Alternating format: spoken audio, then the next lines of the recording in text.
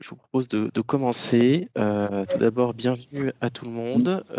Je m'appelle Guillaume Dallière, je suis responsable de nos plateformes digitales, notamment liées à la vérification d'identité à distance. Je co-animerai ce séminaire digital avec Romain Leformal, que je vais Bonjour à laisser se tous. présenter. Bonjour, Romain Leformal, je suis responsable marketing des solutions digitales chez Tessie France et je pilote notamment tous les aspects marketing sur les offres d'identité numérique et de signature électronique aux côtés de Guillaume Dallière. Bienvenue à tous. Alors Romain, je te laisse la main sur le démarrage. Oui, tout à fait. On va donc démarrer avec un sujet effectivement d'actualité, un sujet sur lequel beaucoup d'organisations, d'entreprises publiques comme privées sont aujourd'hui mobilisées, celui de l'identité numérique, de la vérification d'identité à distance, un sujet pour lequel, qui s'inscrit à la fois dans une tendance aujourd'hui à la digitalisation des pratiques, à la digitalisation des parcours, que ce soit des parcours clients, usagers, mais aussi vos parcours internes. Et puis aussi des enjeux de sécurité forts sur lesquels on reviendra, on reviendra un petit peu plus tard. Vous avez lors de sur cette première slide quelques indicateurs clés à avoir en tête, hein, notamment sur les usages en matière numérique aujourd'hui, puisqu'on parle de digitalisation des pratiques, on parle de signature électronique, et donc on parle forcément d'identité numérique et de vérification d'identité à distance. Un des premiers points étant évidemment la signature électronique, pour lequel aujourd'hui 74% des Français en 2020 ont eu recours déjà à un usage de signature électronique dans le cadre notamment d'un contrat. Cette signature électronique qui se déploie fait naître des enjeux importants de niveau de signature sur lequel on reviendra. Euh, alors apparemment, il y a un petit problème de son. Je veux juste m'assurer que tout le monde m'entend bien. Non, c'est bon? Ok. Je me permets de continuer. Sur les enjeux, donc je parlais de niveau de signature, sur lesquels on reviendra un petit peu plus tard. Effectivement, en fonction du niveau de signature souhaité, du niveau juridique que vous souhaitez inscrire dans ce contrat que vous faites signer, et ben, on va pouvoir mettre en place des dispositifs plus ou moins importants, plus ou moins élevés de vérification d'identité, de manière à pouvoir garantir des niveaux de signature plus ou moins sécurisés. Dans cette même optique d'usage numérique et de parcours digitalisé, on voit que de plus en plus d'entreprises, d'organisations accélèrent cette transformation numérique, où il ne s'agit plus uniquement de transformer des parcours papier en parcours digitaux, mais véritablement d'emmener l'entreprise à mettre en place des usages presque au niveau stratégique, hein, en matière de digitalisation des pratiques. Ce n'est plus seulement des usages qui sont portés par la DSI, par exemple, en termes de transformation des systèmes d'information, mais bien aussi au cœur des métiers, des différentes directions, des différents services de votre organisation. Et on peut avoir aujourd'hui, beaucoup de nos clients d'ailleurs, hein, nous sollicitent, et ce n'est pas forcément des projets qui sont portés uniquement par les directions des systèmes d'information, mais aussi et de plus en plus directement par les services métiers, les services opérationnels.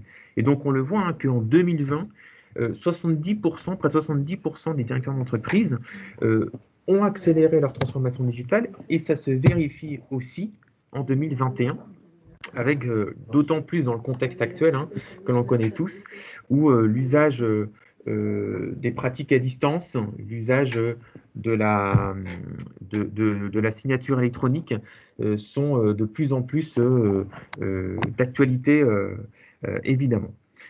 Un autre point extrêmement important lorsqu'on parle de digitalisation, lorsqu'on parle d'identité numérique, etc., on parle aussi de parcours client, on parle aussi d'expérience client, et forcément, tout cela doit se faire dans une optique de proposer à votre client des parcours qui soient les plus fluides, les plus simples, mais aussi d'une certaine manière les plus différenciants, de manière à, un, éviter les ruptures dans le parcours, deux, éviter une mauvaise expérience lorsqu'il y a la contractualisation, l'entrée en relation et la contractualisation, mais aussi faire de votre organisation, faire de votre marque, de votre produit, aussi un élément différenciant, en proposant justement des parcours et des pratiques qui le sont. Et enfin, le dernier enjeu très important sur lequel j'ai évoqué tout à l'heure, hein, c'est évidemment les enjeux de sécurité, de limitation des risques d'usurpation d'identité, de fraude à l'identité, avec quelques chiffres que vous avez ici aussi à l'écran, hein, sur le nombre d'usurpations d'identité pratiquées aujourd'hui en France. C'est la première tentative de fraude. On parle hein, de fraude aux faux présidents, aux faux fournisseurs, aux faux clients, par exemple. Donc c'est véritablement un enjeu clé aujourd'hui pour beaucoup d'organisations. Et on le voit hein, d'ailleurs que malheureusement, beaucoup d'organisations et les dernières actualités dans le domaine de la santé illustrent bien ça. Beaucoup d'entreprises aujourd'hui, 7 entreprises sur 10 en 2019, ont été victimes de moins d'une tentative de fraude. Donc véritablement, ce double enjeu de, oui, digitaliser les parcours et faire en sorte de réduire le risque juridique lié à un parcours à distance, mais aussi la sécurité en proposant des parcours dans lesquels on va s'assurer que la personne avec qui on contracte à distance est bien la bonne personne.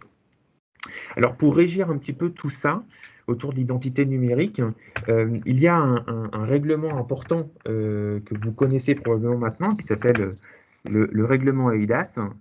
Et je vais laisser la parole à Guillaume pour vous présenter finalement le périmètre et les enjeux de ce règlement EIDAS. Alors, en effet, quand on parle d'identité numérique, évidemment, là, il y a une définition qui est associée, qui a été définie par le règlement européen EIDAS, que certains doivent connaître, notamment parce que le règlement EIDAS, aujourd'hui, on en entend beaucoup parler. Alors, on parlait de signature électronique, mais il n'y a pas que, il y a aussi évidemment ces niveaux d'identité. Ces niveaux de garantie d'identité sont au nombre de 3 aujourd'hui, faibles, substantiels et élevés. Et le principe de cette réglementation, c'est d'homogénéiser, d'harmoniser au sein de l'Union européenne la même définition lorsque l'on parle d'identification d'une personne à distance. Une identification pardon, de niveau faible, c'est une identification principalement basée sur des éléments déclaratifs ou des éléments de conformité, c'est-à-dire où on ne peut pas garantir une authenticité forte de l'identification de la personne. On va utiliser des informations qui nous sont communiquées pour voilà, déclarer et réduire un risque d'utilisation abusive hein, d'une identité, mais sur la base d'éléments déclaratifs. Le niveau substantiel est le niveau le plus intéressant aujourd'hui lorsque l'on parle d'identification à distance, puisqu'il met en œuvre aujourd'hui des moyens pour vérifier une identité en équivalent face à face. L'équivalent face à face, ça veut dire quoi? C'est-à-dire quels sont les moyens que je mets en œuvre pour vérifier l'identité et l'authenticité d'une identification alors qu'on est dans un parcours à distance et qu'on ne peut pas rencontrer physiquement la personne. Aujourd'hui, beaucoup de solutions sur le marché sont arrivées pour atteindre ce niveau d'identification qui est le niveau le plus sécurisant lorsque l'on est dans un parcours à distance. On va retrouver des identifications notamment orientées sur des parcours vidéo avec de la preuve de vie, on en parlera après. Et enfin, le niveau élevé, c'est le Graal hein, de l'identification numérique. Elle est garantie notamment par un face-à-face physique qui a eu lieu avec la personne, où on a pu vérifier son identité, sa pièce d'identité, on l'a rencontré en face-à-face. Donc, il n'y a pas de doute sur cette personne-là. Donc, évidemment, dans des parcours à distance, dans des parcours de digitalisation, il est beaucoup moins répandu, puisque, bien évidemment, vous n'allez pas demander à vos clients, à vos prospects de se déplacer pour vérifier une identité, alors que votre objectif, c'est de faire des parcours à distance. Donc, le niveau faible et le niveau substantiel sont les niveaux que vous allez retrouver le plus souvent. Donc le niveau faible, comme je vous disais, basé sur des éléments déclaratifs, le niveau substantiel sur des moyens équivalents face à face. Alors ces moyens, comme je vous le disais, il y en a beaucoup qui sont arrivés et du coup l'ANSSI a décidé de mettre un petit peu un cadre par rapport à ça et de dire, bah voilà, si vous voulez pouvoir garantir un niveau d'identité substantielle, donc en équivalent face à face, vous devez respecter certaines exigences. Donc est arrivé en fin d'année dernière un nouveau référentiel qui a été soumis à commentaires et qui a été officialisé début avril, fin mars de cette année 2021, qui s'appelle le référentiel PVID. Alors je vous fais juste un slide rapidement dessus, mais le but c'est de vous montrer qu'aujourd'hui c'est très encadré, l'atteinte de cette vérification d'identité de niveau substantiel. Cette vérification d'identité niveau substantiel, vous allez retrouver dans beaucoup de cas d'usage, des cas d'entrée en relation, notamment par exemple avec une identification de niveau substantiel, vous pouvez ouvrir un compte bancaire à distance. Vous pouvez recevoir une lettre commandée électronique. Vous pouvez atteindre des niveaux de signature électronique, comme le mentionnait Romain, sur des niveaux bien plus élevés, alors qu'il n'y a jamais eu de rencontre physique avec votre client, prospect, etc. Cette certification du coup de l'ANSSI, elle s'appelle PVID, pour les prestataires de vérification d'identité à distance, et elle a évidemment pour objectif de lutter contre l'usurpation et l'altération d'identité. Donc n'importe quel aujourd'hui prestataire qui souhaiterait pouvoir être certifié par l'ANSSI peut déposer des dossiers de certification à partir d'avril 2021, donc à partir là, de maintenant, et on attend les premières certifications des prestataires à partir de la fin d'année, qui semble plutôt logique vu les délais qu'il faut aujourd'hui pour passer des certifications auprès de l'ANSSI. Alors, c'est très intéressant de mentionner ça parce qu'évidemment, Tessie, nous sommes positionnés aussi pour être un prestataire certifié ANSSI de vérification d'identité à distance pour pouvoir prétendre justement atteindre ce fameux niveau substantiel et pouvoir proposer des parcours beaucoup plus complets pour nos clients. Ça, c'était le point un petit peu réglementaire aujourd'hui lié à l'identification de niveau substantiel.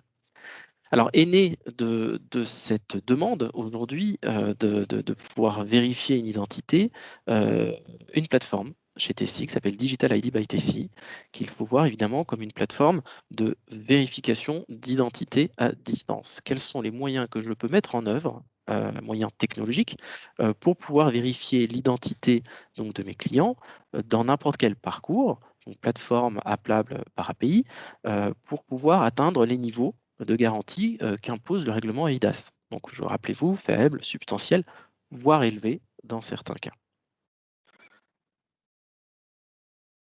Alors, Digital ID by Tessie, des parcours digitaux. Vous pouvez faire appel à cette plateforme dans un but vraiment donc de sécuriser l'identification à distance. Vous pouvez retenir différents niveaux de vérification en fonction de vos enjeux. Alors, je mentionnais tout à l'heure qu'on peut avoir besoin d'un niveau substantiel dans le cadre, par exemple, d'ouverture d'un compte bancaire, d'atteinte d'un certain niveau de signature, etc. Mais vous pouvez aussi avoir à vérifier une identité et sans pour autant aller jusqu'à ce niveau substantiel et peut-être vous satisfaire d'un niveau plus faible en fonction de certains parcours. Alors souvent, lorsque l'on doit choisir le bon niveau de vérification, c'est majoritairement lié à une réglementation que votre entreprise doit, à laquelle votre entreprise doit se conformer. Par exemple, vous souhaitez, donc je reprends l'exemple du compte bancaire qui est très flagrant quand même, c'est la lutte aujourd'hui, c'est la CPR qui régit les identifications à distance, c'est la lutte contre le blanchiment, la fraude, le terrorisme. Aujourd'hui, le niveau substantiel est requis. Mais par exemple, vous souhaitez faire signer un prêt à la consommation, une identification de niveau faible peut être suffisant. Vous souhaitez signer un prêt immobilier, on va plutôt aller chercher à identifier avec un niveau substantiel. Vous voyez, donc en fonction des niveaux, en fonction des cas d'usage et en fonction de la réglementation, vous pouvez être amené à vérifier une identité avec des niveaux différents. Et c'est tout l'intérêt de cette plateforme, c'est que vous allez faire appel au bon service de vérification d'identité en fonction de vos enjeux, en fonction de vos contraintes. Et c'est une plateforme appelable par API, mais qui dispose également de ses propres interfaces IHM pour justement permettre l'identification de vos assurés, vos clients, vos prospects. C'est des parcours qui sont du coup simples, fluides, qui sont évidemment en conformité avec la réglementation et évidemment sécurisés puisque l'ensemble de la plateforme est aujourd'hui hébergé sur nos propres data centers situés en France. Nous ne sommes pas sur des clouds publics de type, alors sans citer, mais les Amazon, Microsoft ou autres, où nos données peuvent sortir potentiellement de l'Union européenne. Nous gardons l'ensemble des données, le temps de leur traitement au sein même de nos infrastructures situées en France et notamment à Bordeaux pour ce qui est de Tessie.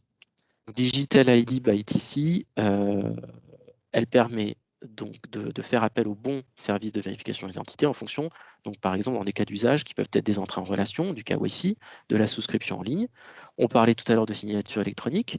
Vous verrez après dans le slide qui suit qu'en fonction des niveaux de signature, l'objet n'est pas de vous parler de la signature électronique aujourd'hui, mais vous mentionnez qu'en fonction de la manière dont vous allez vérifier une identité, vous allez pouvoir apposer des niveaux de signature supérieurs. Et également les lettres recommandées électroniques, par exemple. Si vous souhaitez que un destinataire puisse recevoir une lettre recommandée électronique, ben, tout comme il se déplacerait originalement à la poste et son identité serait vérifiée à la poste pour recevoir son recommandé, ici, vous pourriez envoyer une lettre recommandée électronique et que la personne puisse faire un parcours de vérification de son identité. Alors ici, c'est le niveau substantiel qui est requis pour une lettre recommandée électronique et ainsi recevoir sa lettre digitalisée.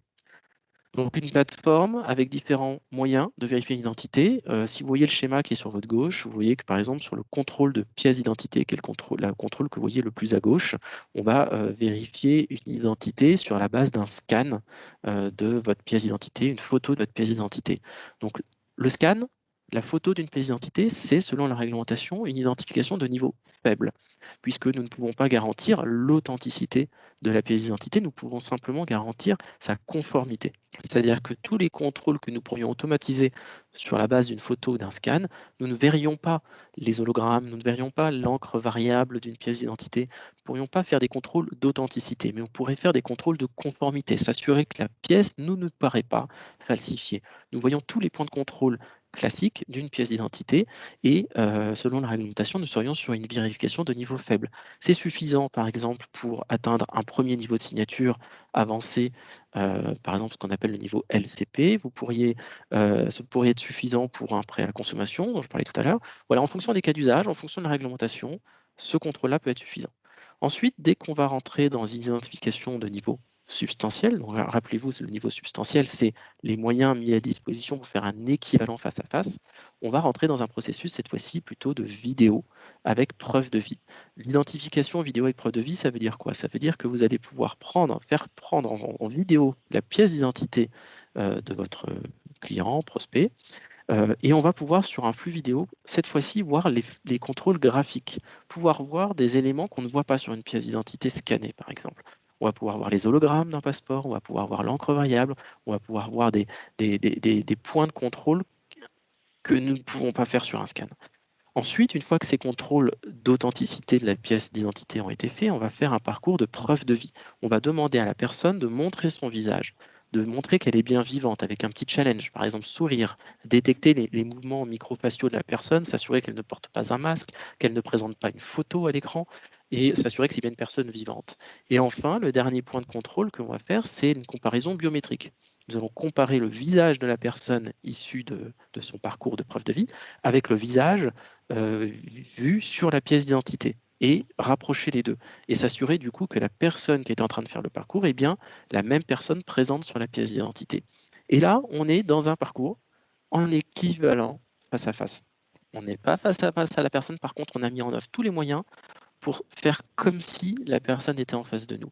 Tous ces contrôles, c'est une identification de niveau substantiel qui aujourd'hui, en France, est régie par l'ANSSI avec cette nouvelle certification PEVID dont j'ai parlé juste avant.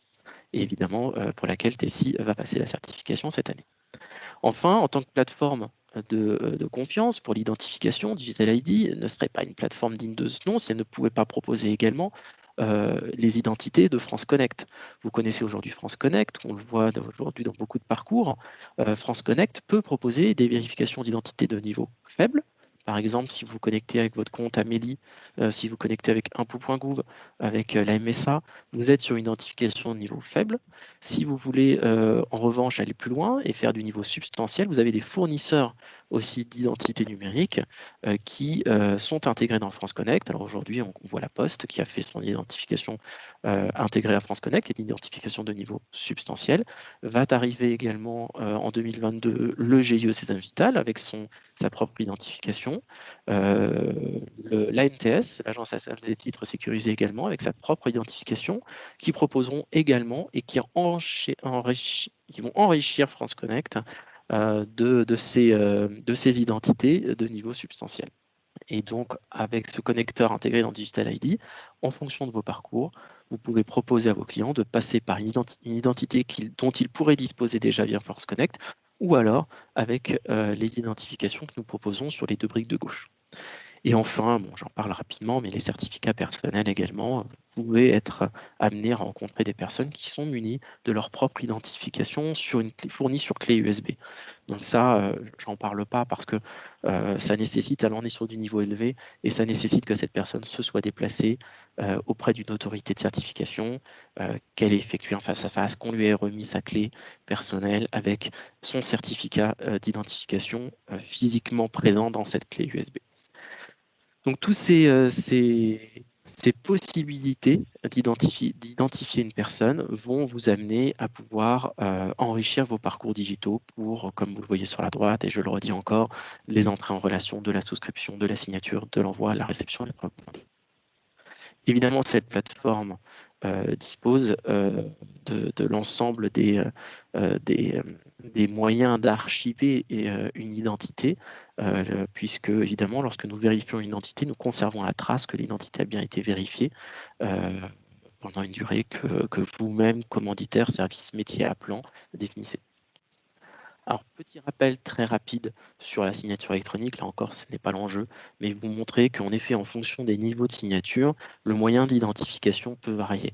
Une signature de niveau simple, c'est une signature que tout le monde connaît aujourd'hui, c'est le fameux code OTP qu'on reçoit sur code OTP, vous savez, c'est le code à 4, 6 chiffres que vous recevez sur votre téléphone au moment où vous voulez signer pour vérifier que c'est bien vous.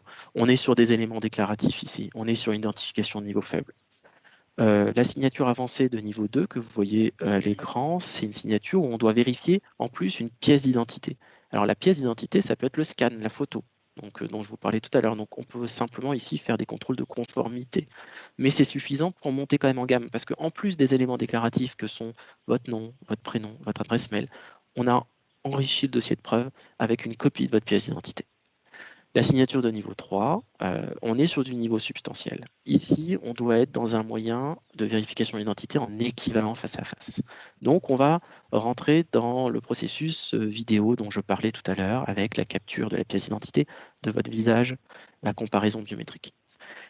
Et le qualifié, c'est le Graal de la signature électronique. Là, on est sur du niveau élevé, on est sur les fameuses cartes à puce physiques, les clés USB physiques, on est sur une identification de niveau élevé. Donc, vous voyez qu'un cas d'usage qui est la signature électronique ici, en fonction de la manière dont vous allez vérifier l'identité, vous allez pouvoir proposer tel ou tel niveau de signature. Pour faire un petit focus sur le contrôle de conformité, hein, donc rappelez-vous, là je ne suis que sur un contrôle de scan ou de photo d'une pièce d'identité. Aujourd'hui, la plateforme Digital ID by TC embarque des moteurs de contrôle automatisés sur la fameuse pièce d'identité. Des contrôles qui peuvent être effectués, du coup, où on va les comparer, les informations écrites sur la ligne MRZ. Vous savez, la ligne MRZ, ce sont les 2 lignes du bas de votre pièce d'identité aujourd'hui, que vous retrouvez sur des passeports, sur des titres de séjour également. On va les comparer avec ce que nous lisons sur la partie haute de la carte. S'assurer que le nom de la personne est bien en cohérence en haut et en bas. On va s'assurer de la présence d'une signature, de la validité de la pièce, de la photo, faire des points de contrôle, tout sauf des points de contrôle graphiques finalement, qu'on va pouvoir effectuer sur une pièce d'identité. Ces contrôles-là, mine de rien, aujourd'hui, on peut faire beaucoup de choses, rien qu'avec des contrôles comme ça sur une pièce d'identité scannée ou une photo. Je vous parlais des cas d'usage tout à l'heure, hein, sur la signature de niveau avancé, mais sur les prêts à la consommation. Mais il y a beaucoup d'autres cas d'usage dans un cadre d'entrée en relation où un scan ou une photo de pièce d'identité est largement suffisant. Le deuxième moyen d'identification, c'est la fameuse partie vidéo preuve de vie. Alors, c'est un petit peu une redite par rapport à ce que je vous ai dit tout à l'heure, mais vous voyez que sur la partie gauche, on voit la capture vidéo et l'analyse de la pièce d'identité, donc la capture vidéo avec les points de contrôle graphique, cette fois-ci, qui peuvent être effectués. La partie centrale où on a la partie preuve de vie et l'analyse comparative, on va pouvoir comparer que le visage de la personne est bien le même au moment de la partie entre guillemets selfie et la photo présente sur la pièce d'identité. Hein. Il y a vraiment une comparaison biométrique qui est effectuée. Alors, On traite des données biométriques, donc évidemment, ce genre de moyens d'identifier, ce sont des moyens où vous avez besoin évidemment de recueillir le consentement de la personne avant. Cette identification aujourd'hui ne peut être effectuée en France que par un prestataire de vérification d'identité à distance certifié par l'ANSSI. J'insiste là encore, puisque avant mars 2021, il y avait un laxisme par rapport aux différents moyens de vérifier une identité avec la partie vidéo, et aujourd'hui il y a un vrai référentiel d'exigence de l'ANSSI auquel le prestataire vérificateur d'identité doit se conformer et doit du coup obtenir sa certification. Néanmoins, vous le verrez par après, on peut quand même faire de la signature électronique avec un certificat qualifié sans pour autant bénéficier de la certification ANSSI. On le mentionnera peut-être rapidement après. Donc, ces parcours vidéo, très importants dans le cadre d'une identification de niveau substantiel. Rappel là encore, c'est bon, évidemment, la plateforme Digital ID a le connecteur France Connect. Le connecteur France Connect, attention, qui ne peut être utilisé que dans certains cas très précis. On n'utilise pas France Connect à tout va. C'est-à-dire qu'aujourd'hui, il faut que vous soyez sur un métier réglementé et autorisé à utiliser France Connect. Aujourd'hui, les acteurs privés de type banque, assurance ont le droit d'utiliser France Connect. Mais vous êtes, alors je ne sais pas, je dis des bêtises, la boucherie à côté, vous ne pouvez pas utiliser France Connect. Vous êtes évidemment comment on appelle ça, vous êtes une entité publique, vous avez le droit d'utiliser France Connect. Voilà, il y a des cas d'usage quand même à l'utilisation de France Connect.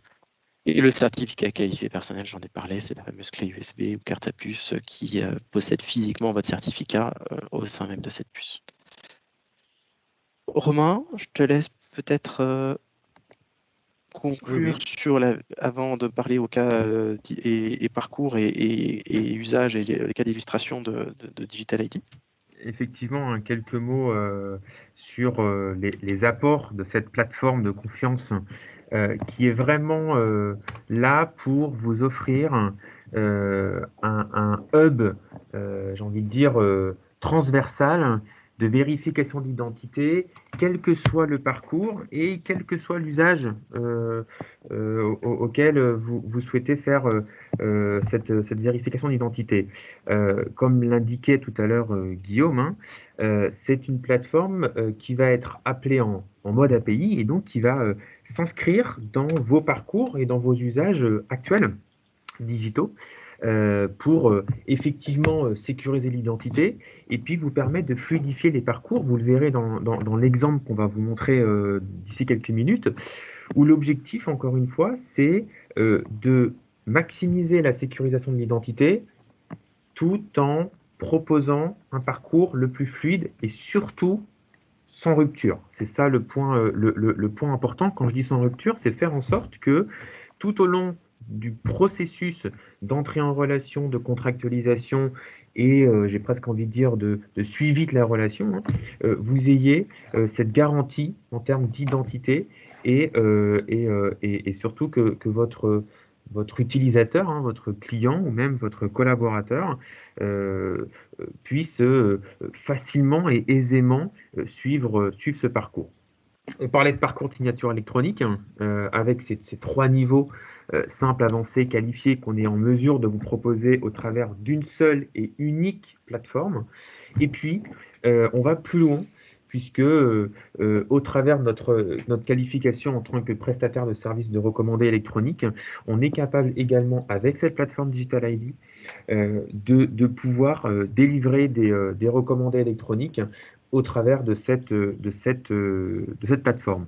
Donc, avec notre offre, hein, avec notre solution Digital ID by TC, finalement, vous faites l'acquisition d'une plateforme technologique, technique unique qui va répondre à 99,9% de vos usages de vérification d'identité. Et puis j'en parlais également, hein, l'expérience utilisateur est un point extrêmement clé aujourd'hui pour vous dans la fluidité des parcours, j'en parlais, et donc cette nécessité de cette plateforme de pouvoir s'interopérer avec l'ensemble de vos systèmes présents et de vos solutions actuelles, voilà, de manière à vraiment s'inscrire, j'ai envie de dire, au cœur de vos parcours digitalisés et de vérification d'identité. Donc voilà, vraiment une plateforme, on parle vraiment de plateforme de confiance où finalement, en fonction du degré de risque de votre parcours, en fonction des éléments réglementaires et des exigences de conformité qui s'imposent à vous et à votre activité, et ben, cette plateforme, elle va vous offrir finalement ces différents degrés de vérification qui va pouvoir répondre effectivement à ces enjeux. Voilà sur cette partie-là, peut-être quelques cas d'usage maintenant, Guillaume, semble-t-il.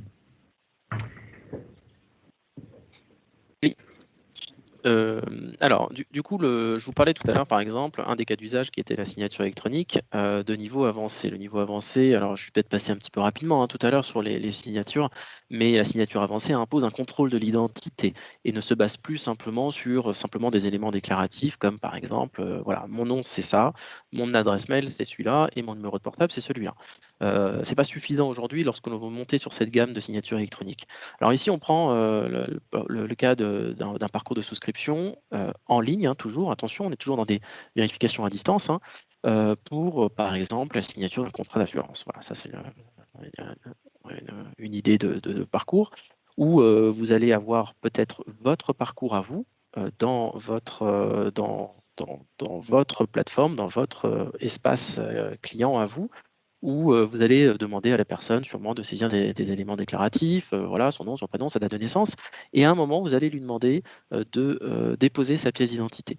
C'est à ce moment-là que Digital ID pourrait prendre le relais pour aller contrôler cette pièce, et c'est le résultat de ce contrôle qui permettra derrière de dire OK, je peux faire signer le contrat à cette personne sur la base de ce contrôle de la pièce d'identité qui a été fait. Alors, on parle sur un upload d'une pièce d'identité dans ce parcours ici. Donc, on est sur une identification de niveau faible selon la réglementation eIDAS, mais suffisamment fort vis-à-vis du fait que nous collectons et contrôlons la pièce d'identité pour pouvoir tout de même appliquer ce niveau de signature avancé basé sur un certificat nominatif, donc au nom de la personne, certificat émis à la volée au moment de la signature, où le certificat sera bien au nom de la personne dont nous avons vu et contrôlé l'identité via la pièce d'identité podée. Donc lorsqu'il dépose sa pièce d'identité, aujourd'hui, on va faire les contrôles de conformité dont on a parlé tout à l'heure. On va aller également comparer ces éléments avec ce que la personne a déclaré dans le formulaire de saisie en deuxième étape que vous voyez là sur le parcours pour pouvoir s'assurer que c'est bien concordant. Et si les contrôles sont cohérents et sont OK, à ce moment-là, nous allons proposer le contrat d'assurance en signature. Et au moment de la signature, le certificat nominatif sera délivré à la volée et le document sera soit remis à disposition de votre système d'information, soit envoyé au client, enfin après, tous les cas sont possibles.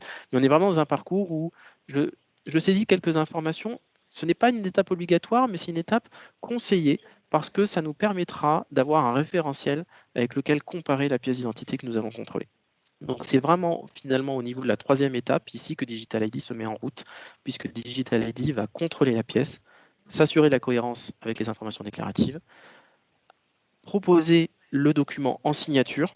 Alors c'est très important, pourquoi? Parce que pour pouvoir émettre le certificat, il faut que le parcours soit relié, puisque délivrer un certificat nominatif nécessite que l'identification soit liée à la signature. Et enfin, la mise à disposition vers le SI, vers votre parcours, vers votre portail. Alors, c'est un portail évidemment que Tessi peut vous mettre en place de bout en bout, ou on s'inscrit évidemment avec cet appel API au sein d'un parcours existant chez vous. Donc ça, c'est le premier cas d'usage avec une identification de niveau faible, mais tout de même basé sur un contrôle de conformité d'une pièce d'identité. Deuxième cas d'usage, alors là, on est parti sur un processus avec une signature électronique de niveau avancé toujours, mais cette fois-ci basé sur un certificat qualifié.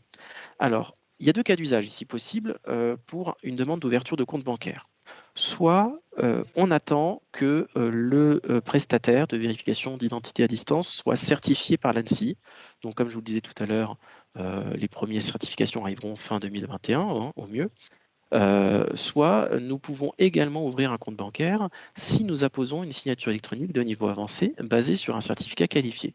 Alors ça, c'est lié, ces deux parcours-là sont liés soit donc certification PEVID, soit signature avancée basée sur un certificat qualifié. Ce sont des exigences de la CPR, donc du Code monétaire et financier, pour une vérification d'identité à distance, pour une entrée en relation à distance, dans le cas d'usage d'une ouverture d'un compte bancaire.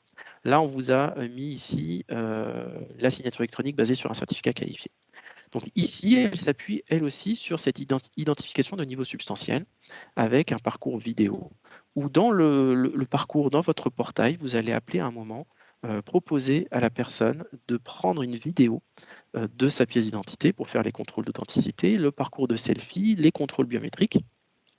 Là encore, nous sommes dans l'obligation réglementaire de ne pas faire confiance à la technologie sur les contrôles, contrairement à un contrôle de conformité.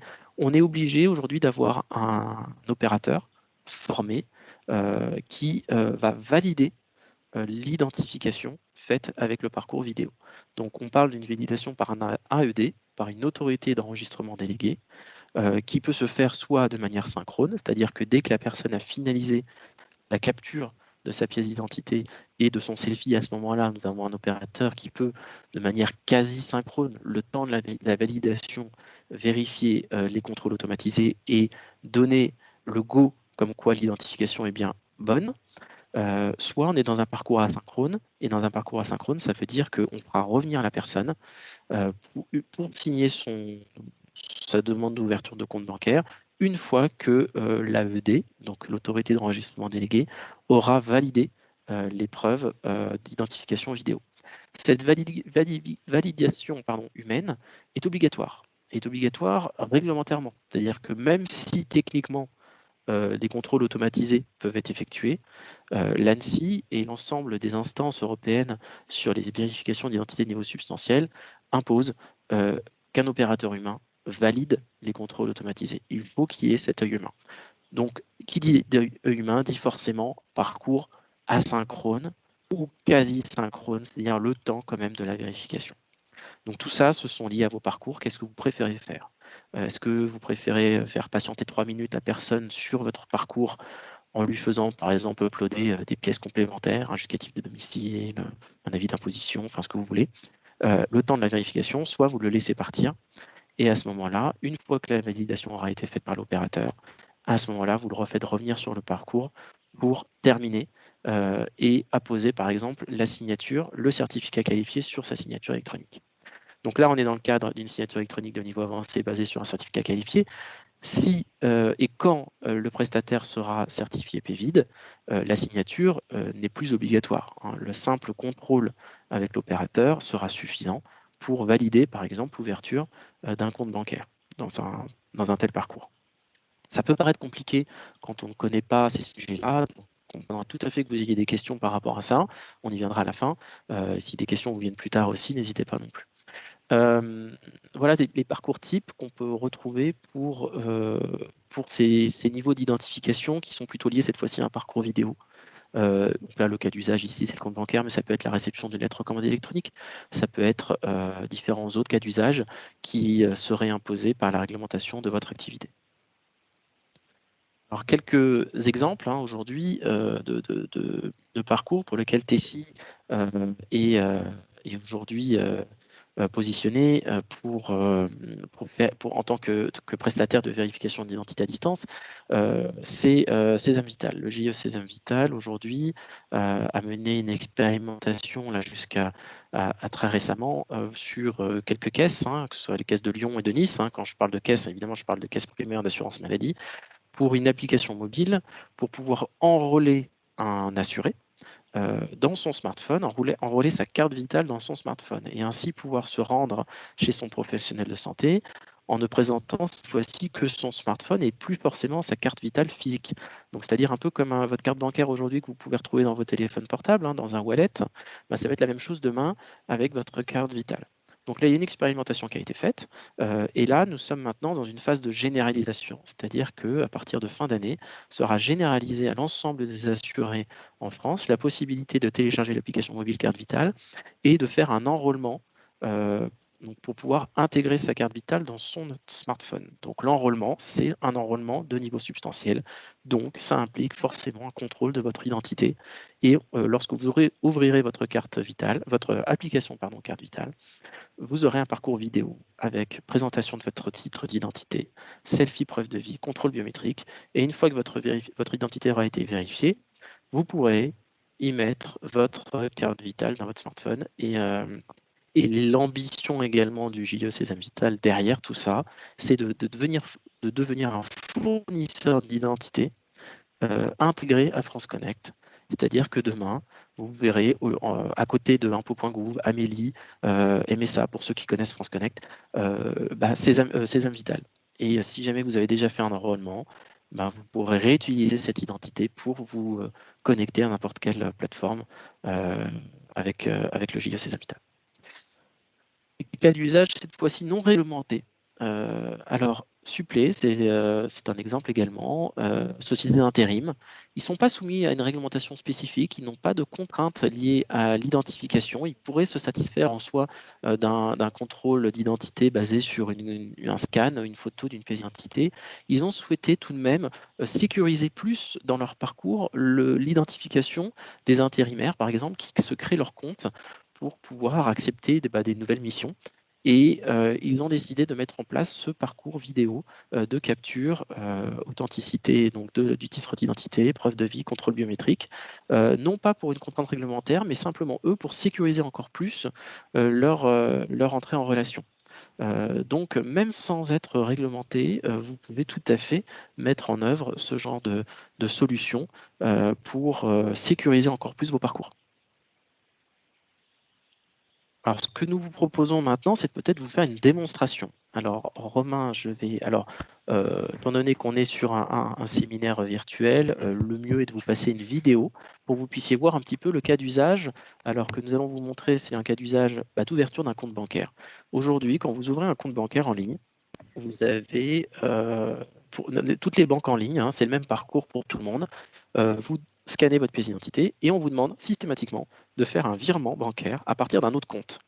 Ça implique quoi? Ça implique que pour ouvrir un compte bancaire en ligne aujourd'hui, vous devez disposer d'un autre compte bancaire dans une autre banque. Et une banque en général qui dispose d'agences physiques. Et du coup, l'identification en fait, est faite par le fait que vous êtes déjà titulaire d'un compte bancaire ailleurs. Ici, nous allons faire un virement bancaire aujourd'hui. Ça implique en général entre 24 et 48 heures avant que le compte soit crédité. Donc, comment faire aujourd'hui pour optimiser et garantir et ouvrir un compte bancaire, cette fois-ci peut-être en moins de 8 minutes, sans avoir à faire ce virement bancaire. Alors, l'ACPR, je vous le disais, le Code monétaire et financier propose d'autres moyens, soit de passer par un prestataire PVID, mais ça ne pourra pas se faire avant fin d'année, soit de passer par une signature électronique de niveau avancé basée sur un certificat qualifié. C'était le cas d'usage de tout à l'heure. Donc là, dans la vidéo qu'on va vous proposer là, c'est typiquement ce cas d'usage. Je vais ouvrir un compte bancaire en moins de 6-7 minutes. Alors la vidéo ne dure pas autant, hein, mais pour illustrer qu'on est en conformité avec la réglementation pour ouvrir un compte bancaire en s'affranchissant du virement. Romain, je te laisse la main. Oui, tout à fait. On est parti. Je pense que tout le monde voit bien la vidéo à l'écran.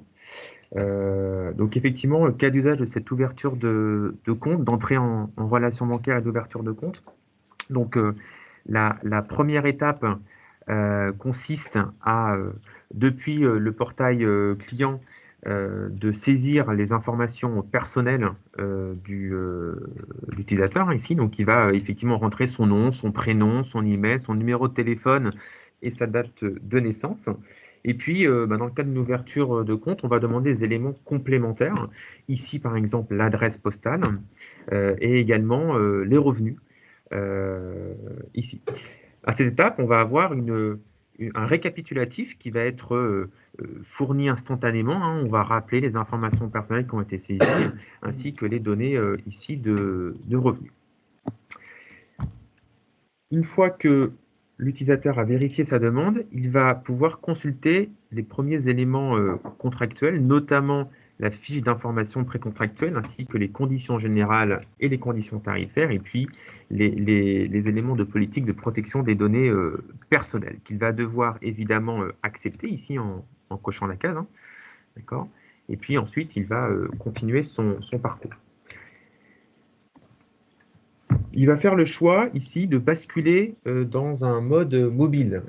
Admettons par exemple que pour X ou Y raison, il a été obligé d'arrêter son parcours et il peut reprendre effectivement son parcours quelques heures plus tard. Hein. Donc il aura reçu un mail avec un lien qu'il va pouvoir consulter depuis son téléphone. C'est le cas ici. Et donc on va lui demander hein, de finalement rentrer, de choisir hein, un mot de passe pour pouvoir effectivement valider la création de son espace. Donc c'est ce qui se passe ici. Donc là, on a basculé sur le mobile. Hein, vous voyez que c'est complètement responsive design. Il retrouve effectivement sa demande ici. Et donc, il va procéder à son identification, à la vérification de son identité. Donc, il retrouve en ligne le document précontractuel, qu'il va pouvoir relire. Il accepte là aussi les conditions. Et puis la première chose qu'on va lui demander, c'est d'indiquer le type de pièce d'identité qu'il va, je vais revenir juste quelques petites secondes en arrière, excusez-moi, on va lui demander quel type de pièce il souhaite présenter en vérification. Donc vous voyez ici qu'il peut présenter sa carte nationale d'identité, son passeport ou son titre de séjour. D'accord? Donc ici, on va sélectionner par exemple le passeport. Et puis la deuxième phase va être de présenter ce passeport dans un flux vidéo. D'accord? Vous voyez ici, présente la partie l'identité de la carte et vous voyez qu'il y a eu une vérification hein, de la carte. On a capté hein, le flux vidéo de ce passeport ici. La troisième étape, hein, c'est cette fois-ci de faire ce qu'on appelle une preuve de vie. D'accord. Donc vous allez voir mon visage ici à l'écran. Donc on va me demander dans un flux vidéo hein, de présenter mon visage en selfie ici. D'accord, de rester dans cette position, de faire un sourire pour détecter des mouvements microfaciaux, d'accord, de manière à détecter ici le vivant. Ensuite, une fois que l'ensemble de ce parcours est réalisé, c'est ce qu'on a appelé tout à l'heure la vérification back-office hein, par des AED, des agents d'enregistrement délégués, qui vont donc faire une vérification complémentaire aux vérifications, j'ai envie de dire, techniques. La fin du parcours, c'est de demander à votre utilisateur qui ouvre son compte un justificatif de domicile qu'on va pouvoir ici uploader. D'accord, on va faire les vérifications nécessaires aussi sur la conformité de cette pièce, notamment si c'est une pièce qui a moins de 3 mois, etc. D'accord. Et puis une fois que ces éléments de vérification ont été réalisés, on va pouvoir basculer sur la partie signature du contrat. D'accord. Donc là, ici, vous voyez que l'utilisateur peut visualiser de nouveau son contrat. D'accord. On va lui dire ensuite quel est le mode de signature que vous souhaitez. Est-ce que vous souhaitez recevoir votre code par email ou par SMS? Ici, je l'ai fait par SMS. Je valide les derniers numéros les derniers chiffres de mon numéro de téléphone, pardon. Je reçois le code OTP. Je saisis ce code OTP reçu par SMS. Je fais suivant. Et ici, je vais donc délivrer une signature électronique de niveau avancé basée sur un certificat qualifié. Au travers notre applicatif TC-Sign. Et l'ouverture de compte a été réalisée et est terminée. Alors, l'utilisateur peut retrouver évidemment ces éléments sur son compte personnel, puisqu'on lui a ouvert un espace personnel ici. D'accord. Il va retrouver les conditions générales, son justificatif de domicile qui peut mettre à jour, le petit mot d'accueil de sa banque. Et puis, côté agent de banque, il y a un back-office qui vous est mis à disposition pour pouvoir justement retrouver l'ensemble des documents qui ont été uploadés par le client. On va le voir ici en ouvrant voilà, le dossier en cours de Romain Le Formal, retrouver les documents, hein, les informations personnelles ici, l'ensemble des contrôles qui ont été réalisés, on voit que c'est une personne, par exemple, qui n'est pas dans le référentiel des personnes publiques potentiellement à risque. Le justificatif de domicile, ici, si jamais il n'est pas bon, on peut demander de le changer ou d'ajouter une pièce complémentaire. Et puis surtout, ce qui est très intéressant, c'est que l'agent de banque va pouvoir retrouver aussi les preuves d'identité, puisqu'il va pouvoir consulter, par exemple, l'ensemble de la vidéo ici que je télécharge sur le poste. Et vous voyez qu'on retrouve l'ensemble de la vidéo ici de capture de la pièce et de face matching. Et puis ensuite, un document synthèse qui résume de manière assez détaillée quand même l'ensemble des contrôles de sécurité, de conformité qui ont été réalisés. On retrouve l'image de la pièce d'identité, la photo qui a été extraite, qui a été comparée avec le visage selfie qui lui-même a été extrait de la vidéo. D'accord.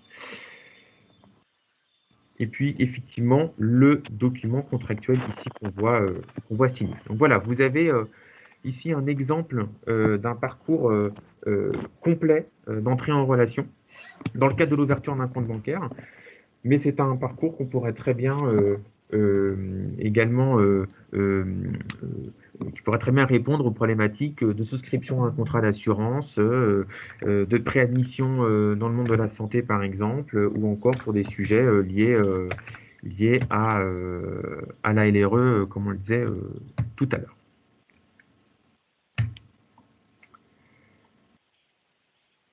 Voilà, je vais regarder s'il y a quelques questions. Il ne faut pas hésiter à les poser au travers du chat.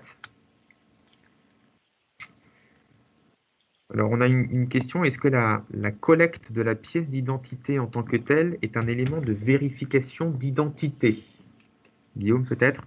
Alors, la collecte de la pièce d'identité. Alors, là, si on prend l'exemple d'ouverture d'un compte bancaire, dans les mesures du Code monétaire et financier, la collecte de la pièce d'identité est une mesure réglementaire. Donc, on doit collecter la pièce d'identité, mais on va récupérer la pièce d'identité, l'image de la pièce d'identité que vous avez vue dans le compte-rendu ici. C'est-à-dire qu'on ne va pas demander à la personne d'uploader sa pièce d'identité et ensuite de faire le parcours vidéo. On va évidemment récupérer cette pièce d'identité issue du parcours vidéo.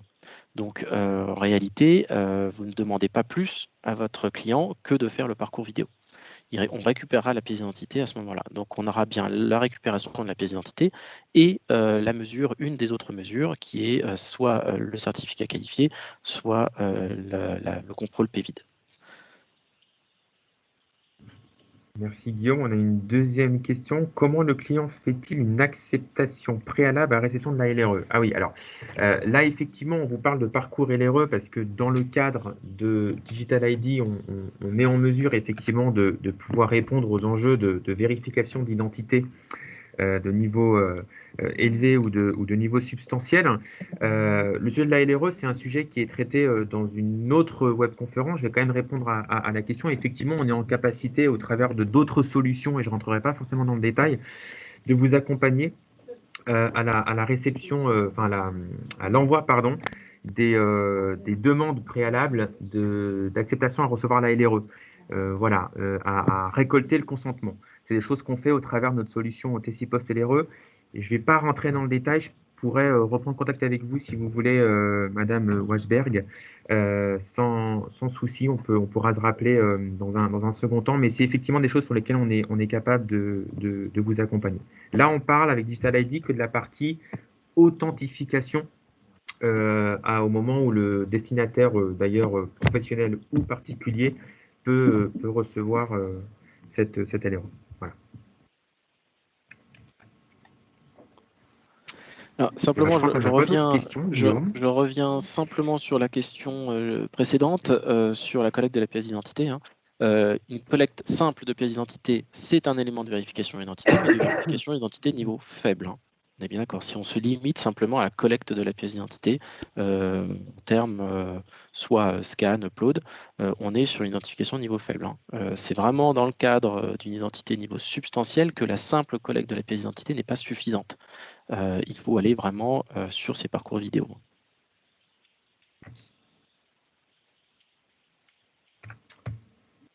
Et bien, si on n'a pas d'autres questions, donc quelqu'un est en train d'écrire, on va prendre juste 30 secondes.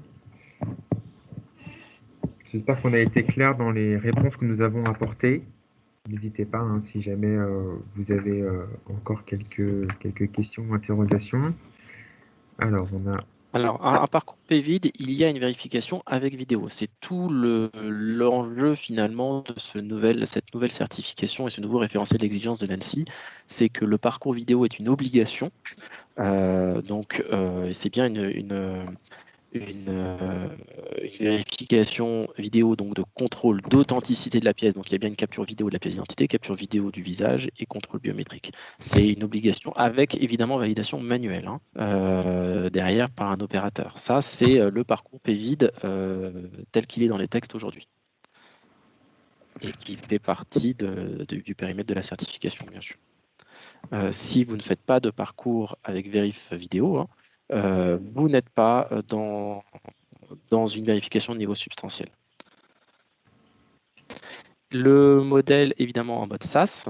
Et c'est un. Alors après, si vous souhaitez qu'on vous parle du modèle d'affaires, donc on est bien en mode SaaS, c'est-à-dire que l'ensemble de la plateforme est hébergé sur nos infrastructures à Bordeaux, en France. C'est d'ailleurs cette plateforme en elle-même qui porte l'ensemble des certifications ou qualifications nécessaires, par exemple, soit à l'émission de tel ou tel certificat de signature, soit à la certification PVID de l'ANSSI, etc. C'est bien la plateforme qui porte la certification et son hébergement aussi.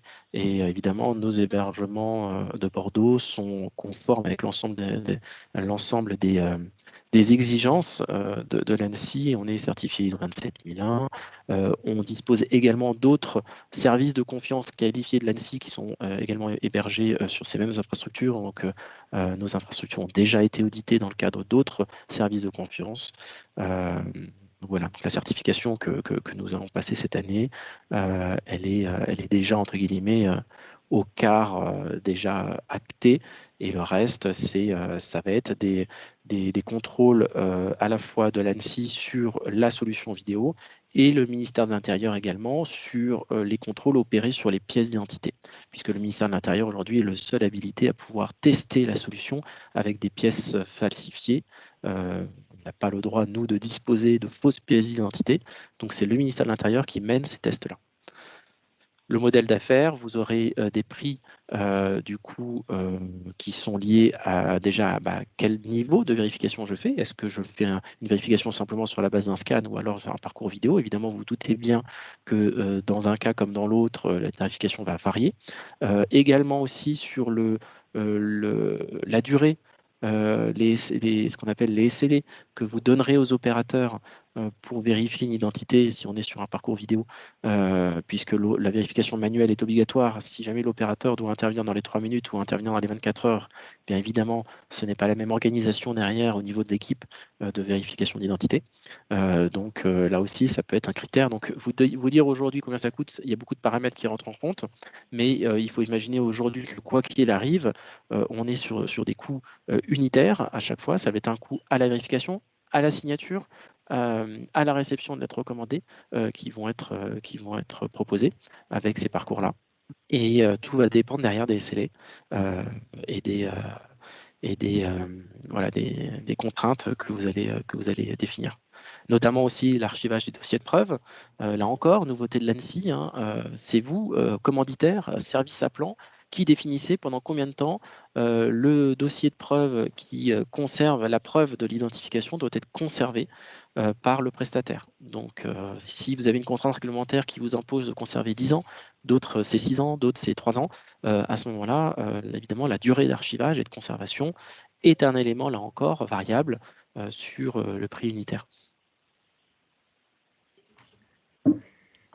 Merci Guillaume. Il y a juste une dernière slide. Je voudrais juste partager à tout le monde nos prochaines webconférences, notamment celle de la semaine prochaine sur notre offre justement de plateforme omnicanal d'envoi de courrier en format éditique ou en format dématérialisé.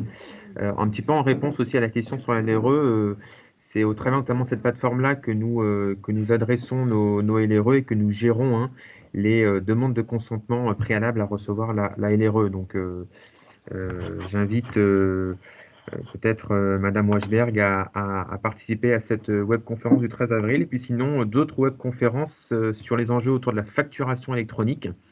Et puis le 15 avril sur la copie fidèle, hein, la copie fiable, et comment est-ce qu'on peut basculer définitivement, hein, du papier vers la dématérialisation en s'assurant de la valeur légale de ces copies. Voilà, on en a terminé. 1 heure tout pile. Merci Guillaume. Merci Merci Romain. merci à toutes et à tous. Peut-être une dernière remarque, je vois quelqu'un en train d'écrire, mais on pourra reprendre les questions et vous répondre dans un second temps, hein. On vous remercie de votre attention et pour vos questions, et puis on vous souhaite une bonne journée. Merci à tous.